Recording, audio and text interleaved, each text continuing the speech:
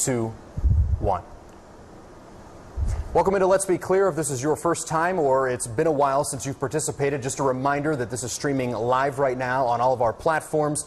And this is for you to get involved. Leave your questions in the comments section. I'm not being rude to the doctors joining me today. I'm going to be looking down and trying to find some of these questions to ask them. And today is a very instrumental, I think, discussion about the coronavirus because people keep hearing what some people are saying, how it started, how to protect yourself, where it's going. So we want to kind of separate fact from fiction today. So if you have any questions, no question is not askable. So send them our way. You may think that it's a dumb question, but maybe it's not. And maybe other people are having those same ideas and they want the response as well. So joining me today is Dr. Keith Armitage. He's the medical director at Roe Green Center for Travel Medicine and Global Health, as well as Dr. Elie Sada, the director of infection control. Guys, thanks so much for joining me today. Thank you. So let's just start off with this. People keep hearing coronavirus and it seems like a buzzword, it seems like a term. What do we really know about it right now as far as how it began and how it's impacting maybe us in Ohio right now? So what I would tell people is that there are, before we had this coronavirus, there were 6 coronaviruses that infected humans. So the common cold is caused by coronaviruses. There's 4 coronaviruses that cause the common cold, and they've been around forever. And we've probably all got it at some point in our life. And then there was SARS, which was a new coronavirus, right, and MERS. And this is the 7th coronavirus that's infecting humans. And what's different about this coronavirus is that it seems to be cause a serious illness, much like SARS, not quite as bad, but it's more contagious. And it's new, so no human on the face of the earth has any immunity to it. So it's very contagious. None of us have any built-up immunity, and it seems to spread easily and cause serious illness in some individuals. That's my overview. Yes, yeah. I would add that SARS was 5 times more lethal than the current virus, and MERS is up to 20 times more lethal. And MERS is already circulating, is still circulating since 2012, yeah. And it's again 20 times more lethal. But what's different about this virus versus the SARS virus, which was like 2002, and MERS is it seems to be much more contagious. Mm-hmm. So, and it's really a lot like influenza. So influenza causes an illness that infects your respiratory tree and your lungs. It causes high fever. And the great majority of viruses that cause colds or flus in adults don't cause a high fever. Influenza causes a high fever. The coronavirus causes a high fever. And so it's similar to influenza. It seems a little more serious than influenza. And as you go through life, you gain partial immunity to influenza, plus you get the vaccine. Yeah. So most of us have either partial protection or full protection against influenza. None of us have protection against this new coronavirus. SARS-2, coronavirus 19 has, COVID-19 has 2 names. And so it's potentially more harmful than influenza. Or definitely more harmful. You brought up an interesting point, and we may not know this yet because, as you mentioned, it's a very new virus that's out there, and there's not a lot of studies on it, but no one has any immunity to it right now. If someone had it, can they get it again? Or is it something where if you have it, if you got it once, and let's say you were recovered, can you still be infected again? So far, we don't know exactly. We think that probably not, that infection will be protective. But again, this virus has emerged from other viruses by mutation, so this mutation can still happen. Yeah, we don't think that we don't really know exactly, but it is possible. Probably, if you get it, you're immune, but we don't know for sure. Is that a fair statement? Yep. Okay. Yep. There's a circulating, I don't know if you call it a rumor or exactly where we can pinpoint how this began, but bat seems to be the one that keeps coming up. Is that what happened? That somehow it came from a bat to a human somewhere along the line, or what do we know about how it originated? Yeah. So Go ahead. I'm sorry. From the virus analysis, it is very similar to viruses that came from bats. However, that wasn't confirmed, on the ground. Other similar viruses like MERS, for example, we know that it came from bats to camels to humans. And for SARS, it is also so that it came from bats to civets, a type of a cat-sized animal in China, and then to humans. So it is possible that this is the situation same year, but we don't know for sure. And what I would add is that there's a lot of scientists who study these viruses all around the world, different universities, different governments, and we know that coronaviruses circulate in bats, and they can spread to other animals and humans, and then probably there's a mutation that makes them infect humans and then be transmissible from human to human. I think early on there were some rumors that this was a government plot or this or that. There's enough, I think, science and scientists around the world who are looking at this that I think those conspiracy theories hold no water whatsoever. Okay, I want to jump online here Exactly. and see what sort of questions are coming in. So we have one from Dick, who is asking, can we trust information that we're getting from the Chinese government? So when they're talking about, let's say, infection totals, fatalities, are those numbers looked at with a grain of salt for the medical community, or are they taken at face value? You know, I'll jump in.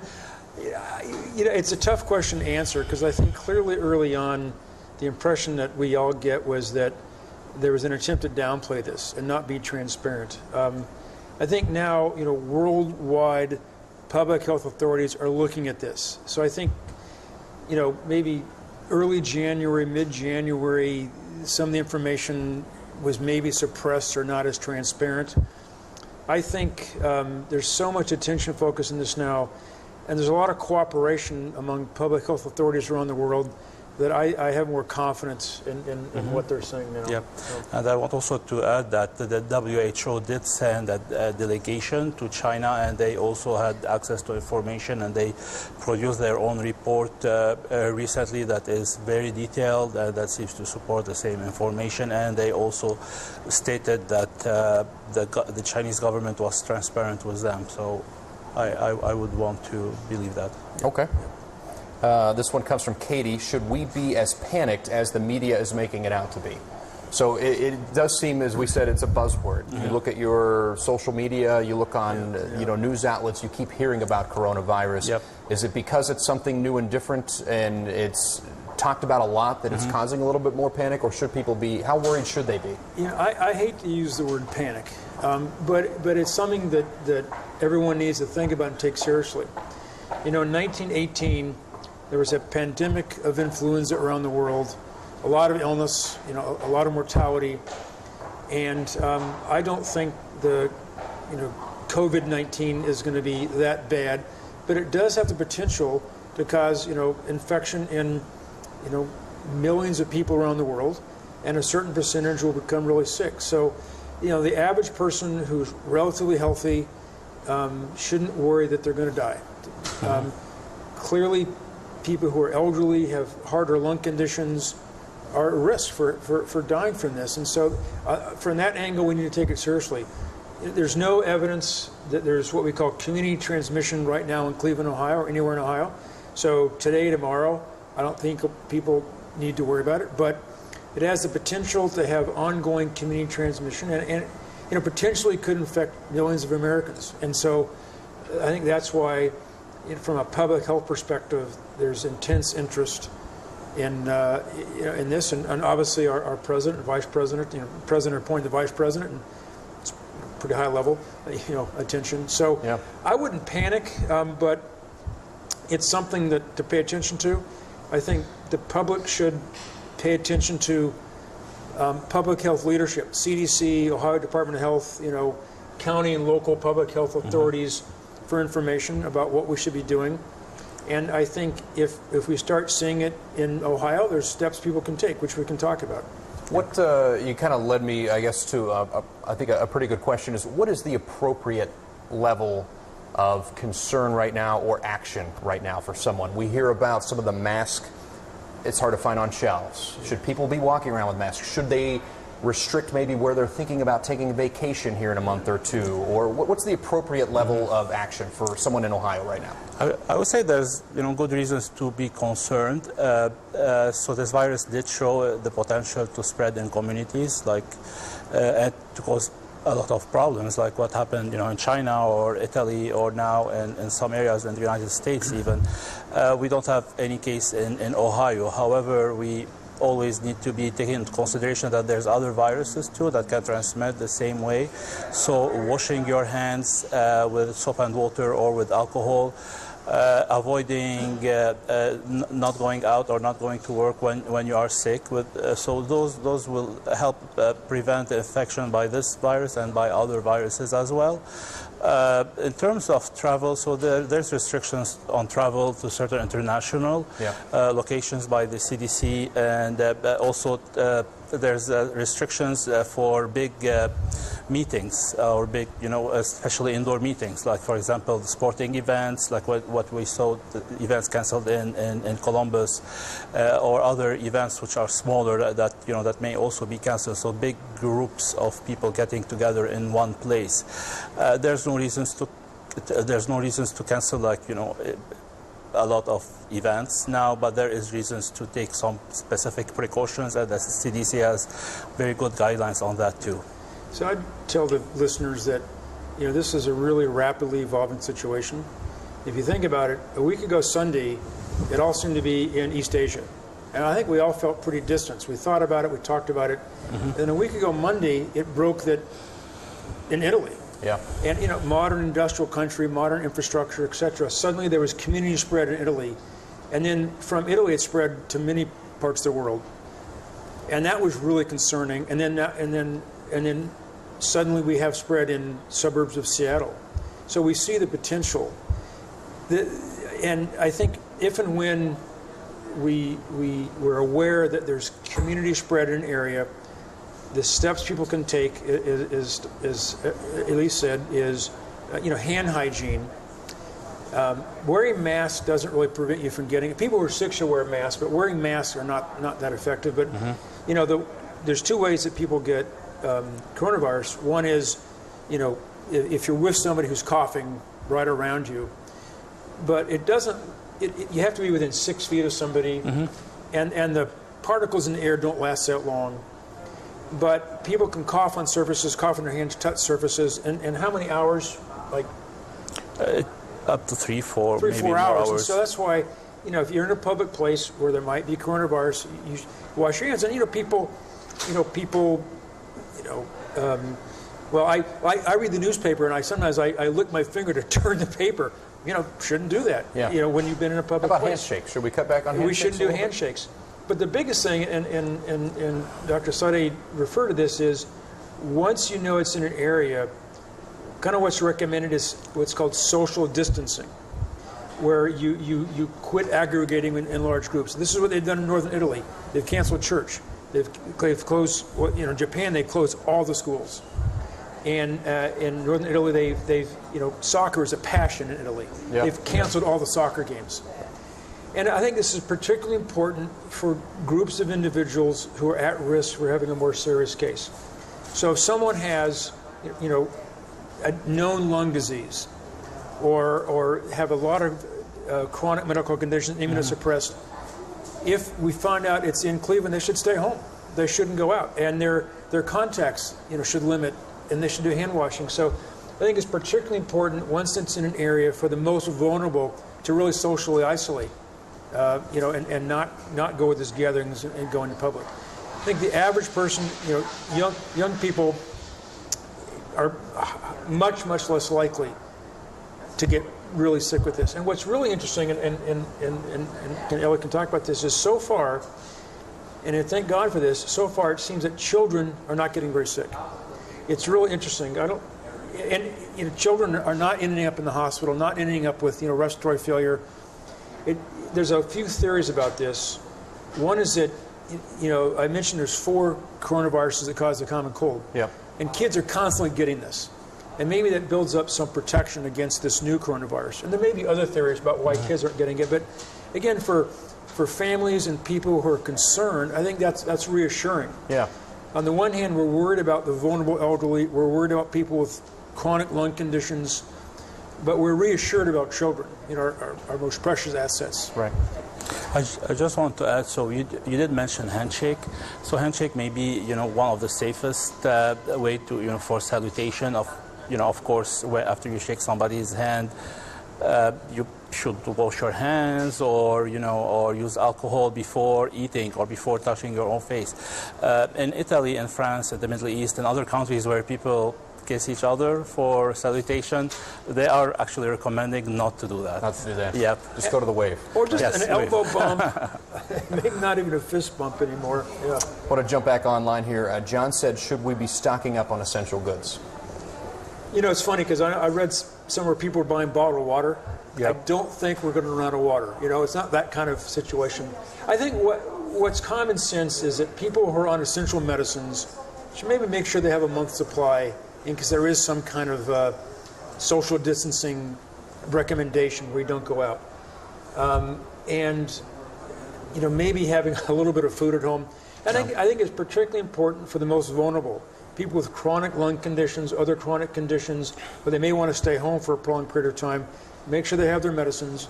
Make sure they have food at least for a week or two. I don't see any kind of massive disruption, in food, water, electricity, gas. I don't see that happening. But medicines, I think that's important. Make sure people who are on essential medicines have them, and maybe a little bit of food. Yep. I think it's common sense to have two weeks of canned food at home. So that way you can avoid going out, in case of the worst case scenario. Right. If you want to really socially distance yourself, as we say, there's as Keith said, there's a very low risk of running out of gas or of tap water or of electricity. So that will really necessitate, or that will need a lot of social disruption to get there. So. And I don't see that pharmacies are going to close, but maybe people will not want to go out, or especially the most vulnerable. I think people who are really vulnerable, if we know there's transmission in an area, the most vulnerable should really shut themselves off as much as they can. It's more important for them. More important for them. That safety net. I have a patient who has a chronic lung condition, and I've already talked to his family about what they're going to do should we see it in our area. They're going to shut him off, So. Yep. Kathy is asking, will visitors to the hospital be limited?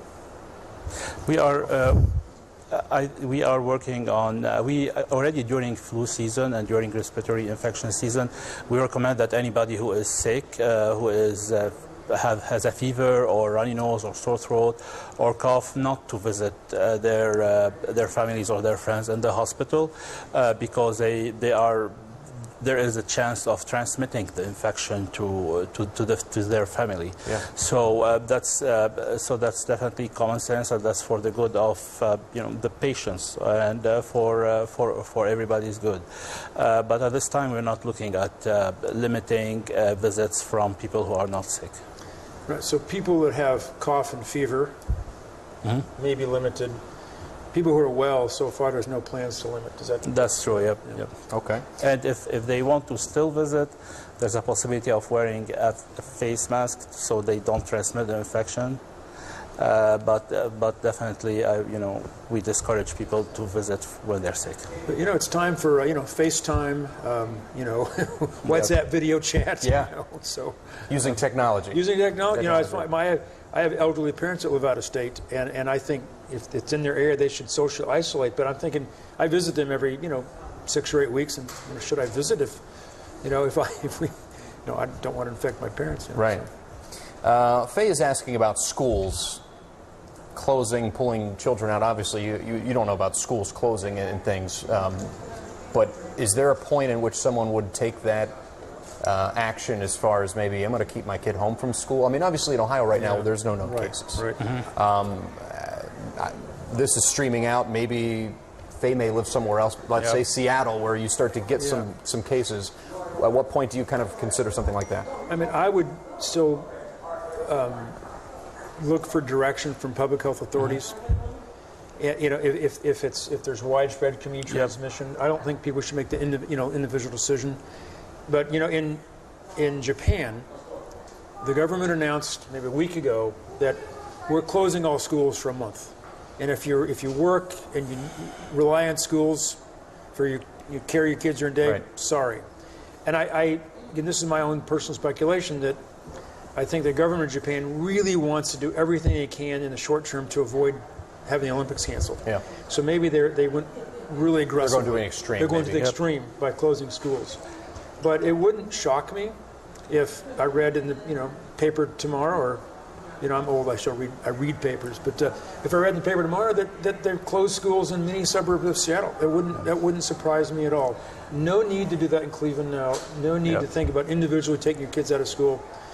But if it happens, and I hope it won't, but if it happens, there is widespread community transmission, that could happen. And just so the audience knows, we use the term community transmission to mean people who come in with coronavirus who don't have a connection to China, don't have a connection to Wuhan.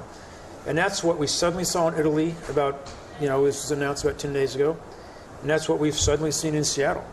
People showing up with coronavirus who don't really have any direct connection to Wuhan, China, etc. And so this community transmission concept is, once there's community transmission in an area, then you need to take steps. We don't have it right now. So in cases of community transmission, as Keith explained, cases where there's people who are sick without knowing, a specific contact or specific travel, then closing school is a good way of putting some distance between people. As we all know, kids are not really good at washing their hands after pushing each other. Well, and kids just put everything in their mouths. They put everything in their mouth, and there's a high risk of transmitting infection to each other. We know this infection doesn't seem to, at least in the severe form, does not seem to affect kids much, but a lot of cases may be mild, so there's still some transmission, and that would be a good way to break transmission. In addition to closing school, there should be other approaches too. Like in France, for example, they close the museum because a lot of people can be inside. So if we're closing school, but people will go more to the cinemas or more to the malls, or that may be counterproductive. Right. So this is usually as part of a community plan. And again, the term people use is called social distancing. And I did an interview earlier in the week about St. Patrick's Day. And I said, if it was tonight, you should go. 14 days from now, if it's in the community, don't go. That's the concept. Okay. Questions piling in, so I'm going to try to rapid fire a few here to get caught up. Jason's wanting to know about bone marrow transplant patients with new immune systems. Hearing children are less effective 29 months post-transplant. Any idea, any research into as far as when transplants are happening, if something could... I don't know if we have any specific knowledge, but I would think in general that might be someone who is at higher risk who would want to socially isolate if they knew there was community spread. Don't know for sure, but... Did you say they're less affected if they... No, someone who's had a bone marrow transplant. Oh, so yes, definitely. So, age is just one risk factor. But if somebody, even is young, but he has diabetes or heart disease, or so kids with other medical problems like heart disease or asthma or bone marrow transplant, they are definitely affected. So they should... A little higher risk. And bone marrow transplant they are probably at the highest risk. Okay. Of kids. Yeah. Yep. Brenda's saying that she works in a public place with without a sink to wash their hands. Hand sanitizer, is that sufficient, or is it find some way to wash your hands with hot water and soap? Hand sanitizers with at least 60% alcohol content are recommended, especially in case when there's no soap of water, or even with soap and water, alcohol content more than 60%. Should it just be the sub? Really, you should, when you can, use soap and hot water, but that's a decent sub when you're not near a sink. Yes, so they are actually equivalent, except if there's visible dirt on the hands. Then definitely soap and water is better. Susie's asking if healthy people are okay. Why did the young Chinese doctor die? So I've been asked that question a few times, and I don't think we have enough specific clinical information about him. And it's a great question that a lot of people have thought about, and we don't know if he had a unique vulnerability or he had a bacterial infection on top of this. That's sort of my answer to that question. I don't have any specific information, but I would say that even if younger patients or younger people are tend to do better, but I mean that's statistically. But there's still people who will not do as well. Right. Another speculation. Sorry, another speculation about this young doctor is maybe he had what's called a big inoculum. Like he was taking care of a really sick patient who coughed right in his face, and that may be. But I think, as Ellie said, statistically, we're pretty certain that under the age of 60, without heart or lung problems or immune problems, the risk of death is pretty low. 60 doesn't seem that old to me anymore, but that's what the World Health Authority says. So, elderly, chronic medical conditions, I think especially lung conditions, I think very vulnerable. Okay.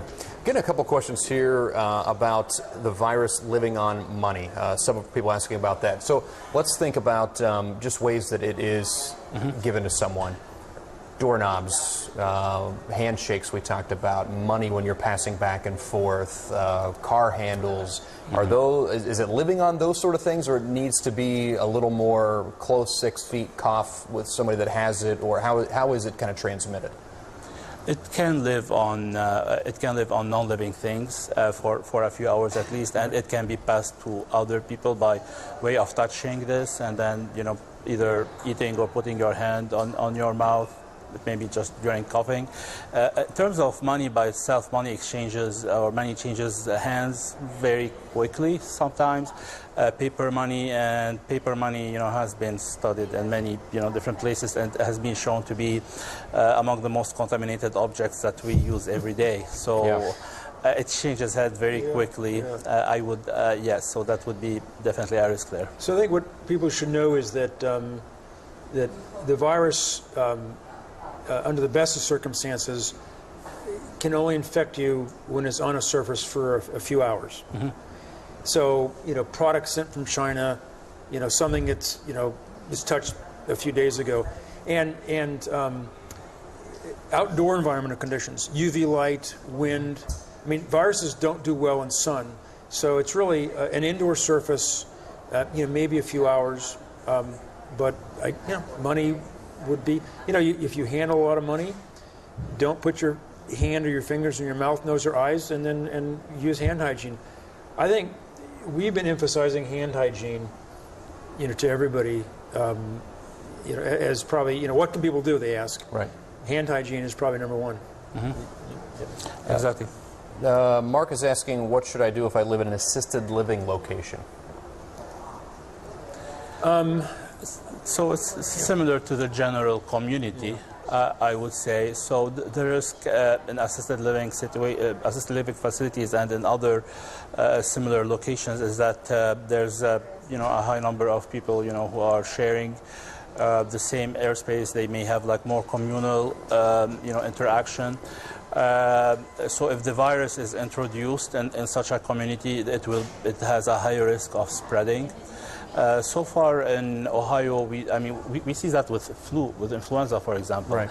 However, right now in Northeast Ohio and Cleveland, we do not have the virus that we know of yet. So in any location, there's no risk or extremely low risk. Right. In situations where people are aggregated, it probably is a higher risk of spread if it's introduced.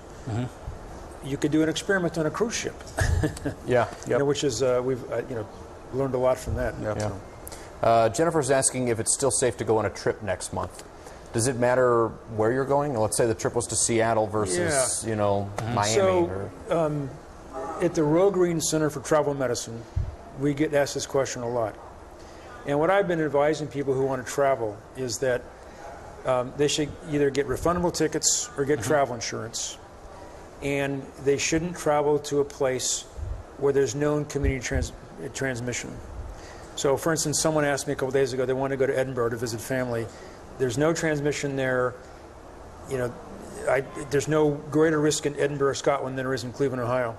And while traveling, use hand hygiene. In the airport, avoid people who are coughing, as much as you can.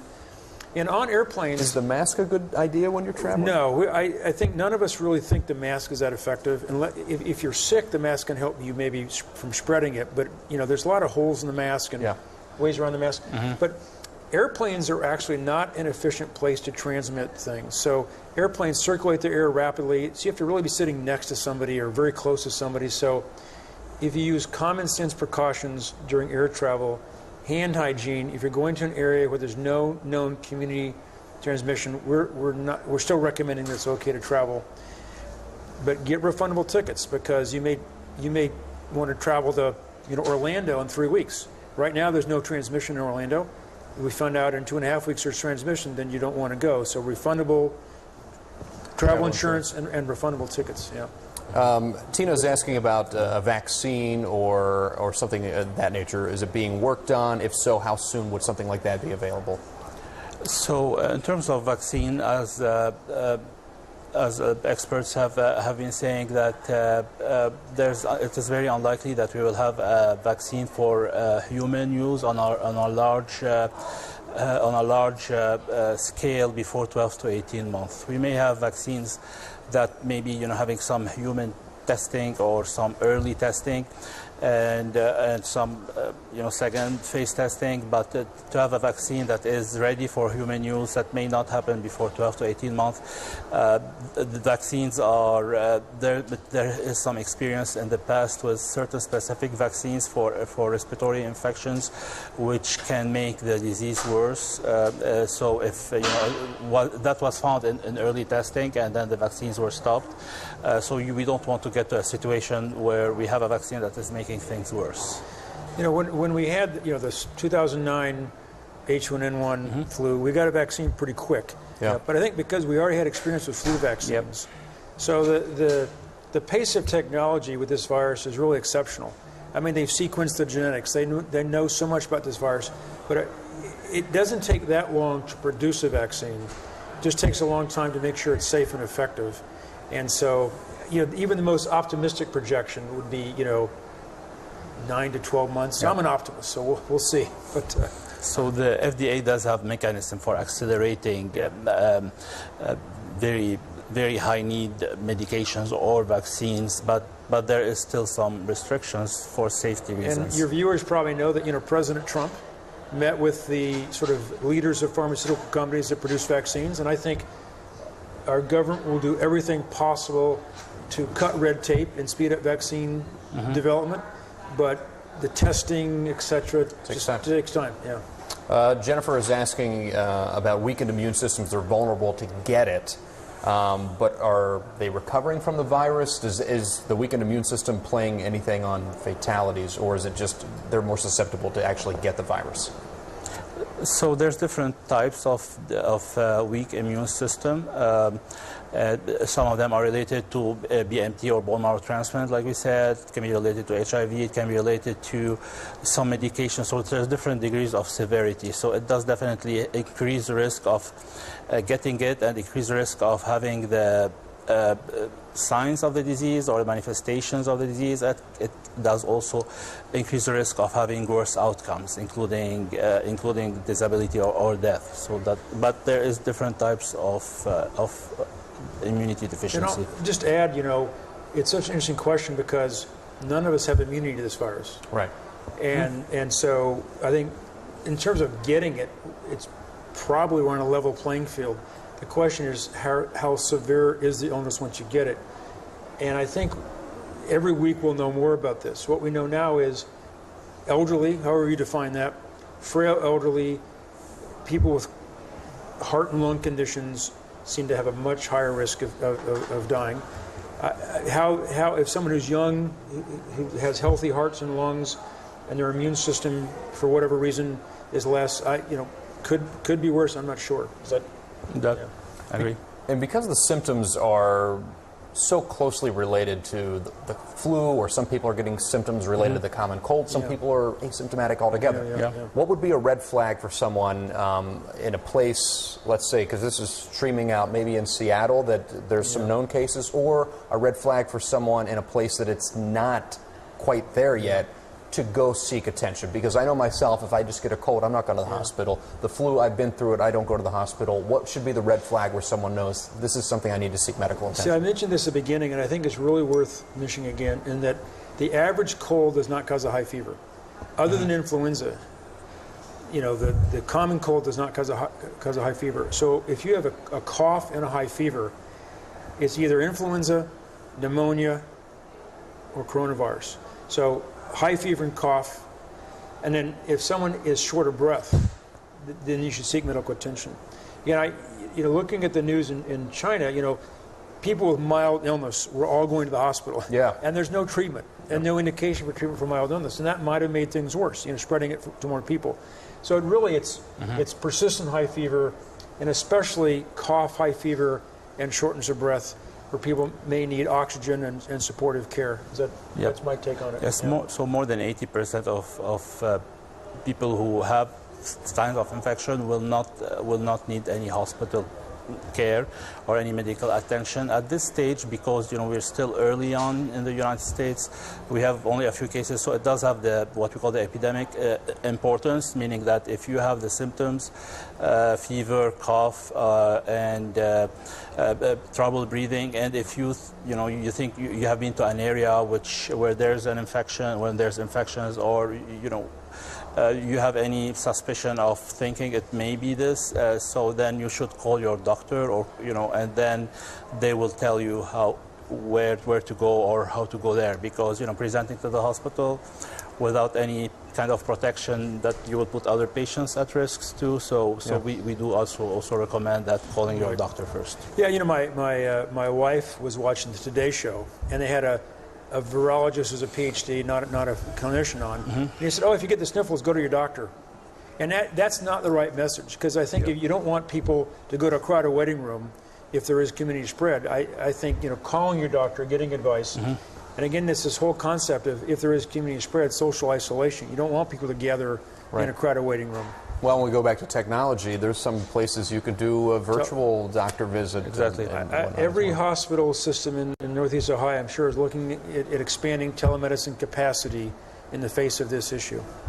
There's been one thing that's been brought up that I want to get your opinion on, because you mentioned a little bit ago about viruses don't like sunlight. Yeah. A lot of people think, hey, it's cold, it's dreary, it's overcast, it's winter. When summer hits, this is all going to go away. Is that not accurate, kind of accurate? Let's kind of, I guess, separate the fact and fiction on that idea. I want to say that it is not very accurate for multiple reasons. There is still some virus infection in the summer, even respiratory viruses. That's one. And two, one of the disease that we mentioned, the MERS, the epicenter or the epidemic center of that is Saudi Arabia. And the weather in Saudi Arabia, even in winter, doesn't really resemble. Very warm, yeah. I mean, it doesn't really resemble summer here, right? Or doesn't resemble winter here. It means like it's hot most of the times, and we still have ongoing transmission since 2012. I mean, I would caution about. I mean, if I was very, very optimistic, I would say that is possible to happen, or that is likely to happen, and that's what we hope, that's what we want. But I wouldn't just assume that. So we would say, is it fair that maybe it may dip a bit, but it's not going to clear it? What we knew from the Spanish flu of 1918, which is really the biggest worldwide pandemic in human history, was that it did kind of attenuate, lessen over the summer, then came back in the fall.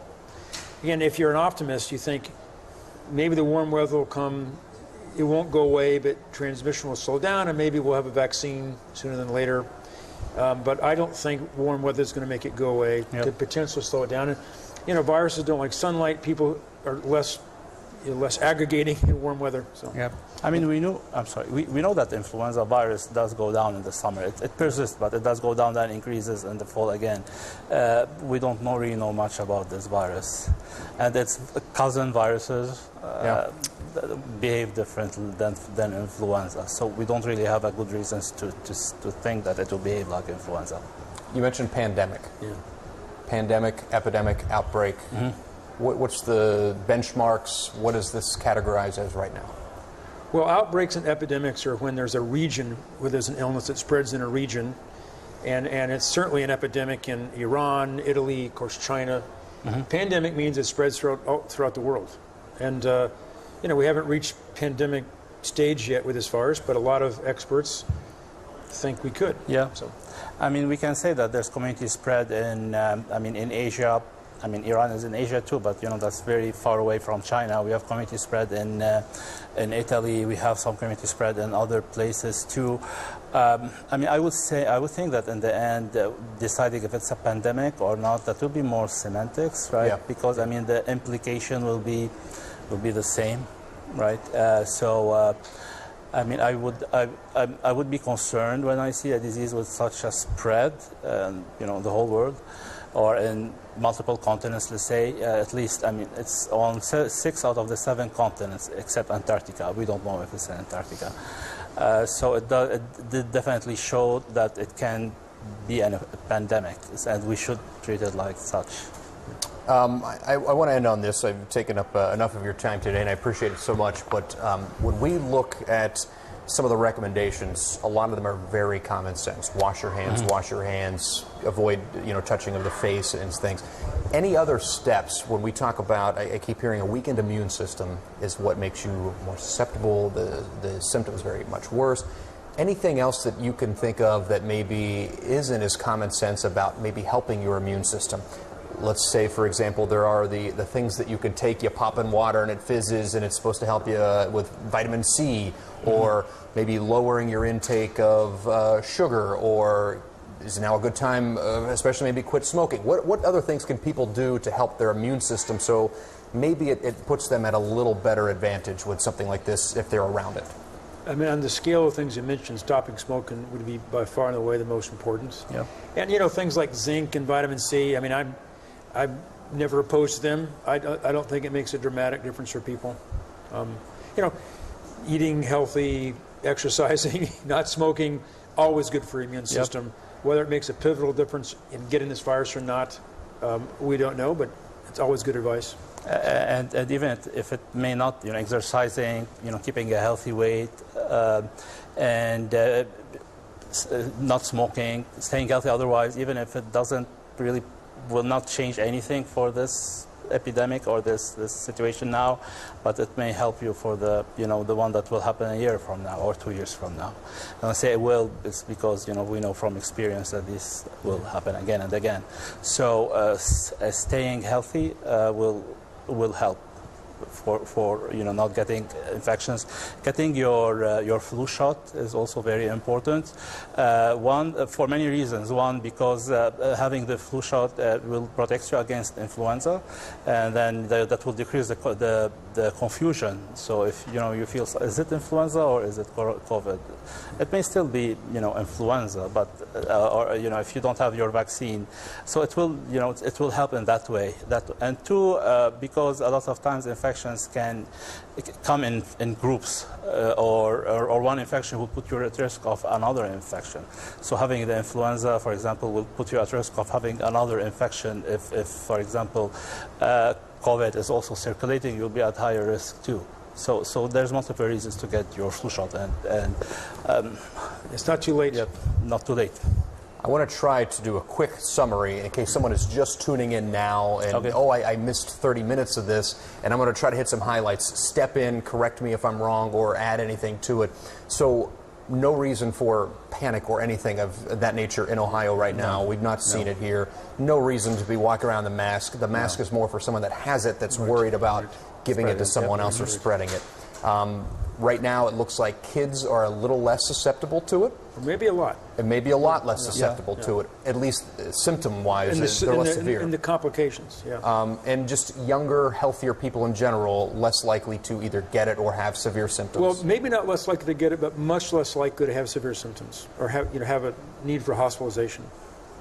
Good idea if you are reliant on a medication to have a couple of weeks ready to go, but no need to put the storm shelter stocked with bottles of water and canned this and that. Right. No. The warm weather may decrease the numbers a little bit, but that's not going to be the magic bullet, if you will. We need to make sure that we're still taking these precautions like washing your hands and knowing what the symptoms are. Cough, high fever, that's kind of the big red flag. And if there is going to be a vaccine or something, we're about 12, 18 months away from something like that even being on the market.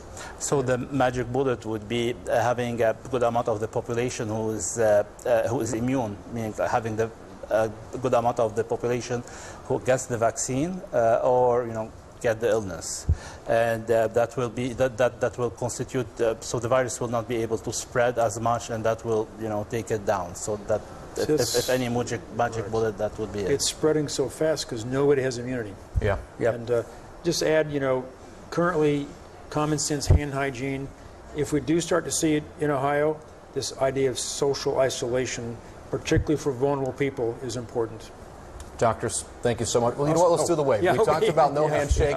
Thank you guys so much, and we thank you for tuning in to Let's Be Clear.